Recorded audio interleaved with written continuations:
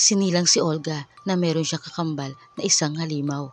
Hindi ito matanggap ng nanay niyang si Aling Corazon, kaya ang halimaw ay itinapon nila sa mataas na bangin.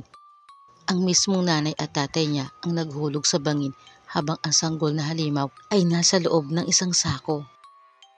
Ang pagkakaroon ng anak na halimaw ay sumpa raw ng engkantong nagkagusto sa babae habang ipinagbubuntis niya si Olga.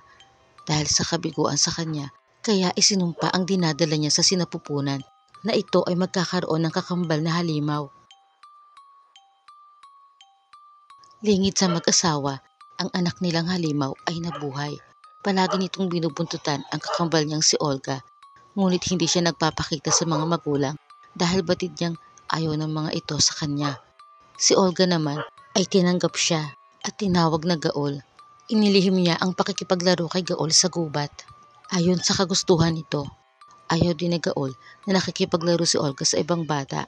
Nagsiselo siya, kaya naman ang mga magulang ay nagtataka kung bakit hindi nakikipaglaro ang anak nila sa mga kapwa bata. Lumaking mailap si Olga sa mga tao, kasabay ng paglaki niya ang pagiging isang ganap na halimaw ni Gaol. Natuto na itong mambiktima ng mga tao. Sa kabila nito ay nanatiling tikom ang bibig ni Olga. Hindi niya kailanman ipinagkanulo ang kanyang kakambal na naging kakampi niya sa lahat ng pagkakataon. Ang mga magulang niya ay nag-aalala na sa lumalaganap na lagim sa kanilang bayan dulot ng halimaw. Nagdududa na ang nanay ni Olga na buhay ang kakambal ng anak niya. Ang halimaw na itinapon nila noon sa bangin. Subalit wala naman siyang makitang patunay. Ayon sa mga nakakita, mailap ang halimaw, maliksi at talaga namang mabangis.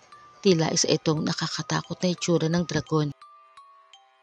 Walang makapuksa o makahuli man lang sa halimaw, kaya't nagpatuloy ang pambibiktima nito hanggang sa isang araw ay sinundan ni Aling Corazon si Olga sa pagtungo nito sa gubat sa loob ng isang kuweba. Nanayo ang balahibo niya sa natuklasan. May halimaw na kinakausap ang kanyang anak. Napagtanto niya na ang halimaw ay ang kakambal ni Olga. Hindi muna lumabas si Aling Corazon sa pinagkukublihan. Pinakinggan niya ang pinag-uusapan ng dalawa. Ani Olga, hindi na niya makilala ang kakambal dahil sa pinaggagawa nito. Sinabihan na niya ito na itigil ang pambibiktima, pero hindi ito nakinig. Hindi ito ang Gaol na nakasama niya mula pagkabata. Tahimik lang dati ang mundo nilang dalawa.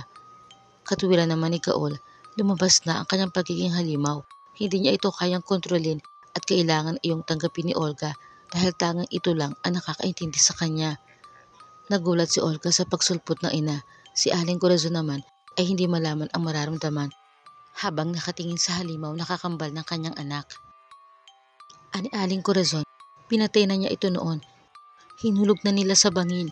Hindi na dapat ito nabuhay dahil alam niya na ganito ang kahahantungan nito, ang maghasik ng lagim. Ani Gaol, pinatawad na niya sila noon nang itapon nila siya sa bangin.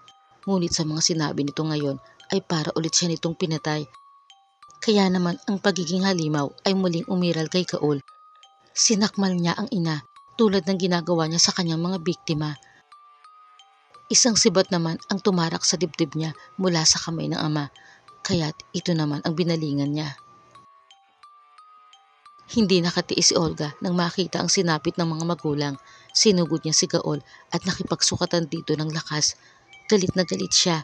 Ang pagpapambuno nila ay umabot hanggang sa labas ng kuweba. Sa bangin kung saan inihulog dati ng mga magulang si Gaol ay sabay silang bumagsak ngayon ni Olga. Sa kanilang pagbagsak, hinawakan ni Gaol ang kamay ni Olga. Humingi siya ng tawad. Humingi rin ng tawad si Olga bago nila sabay na nilisan ang mundo.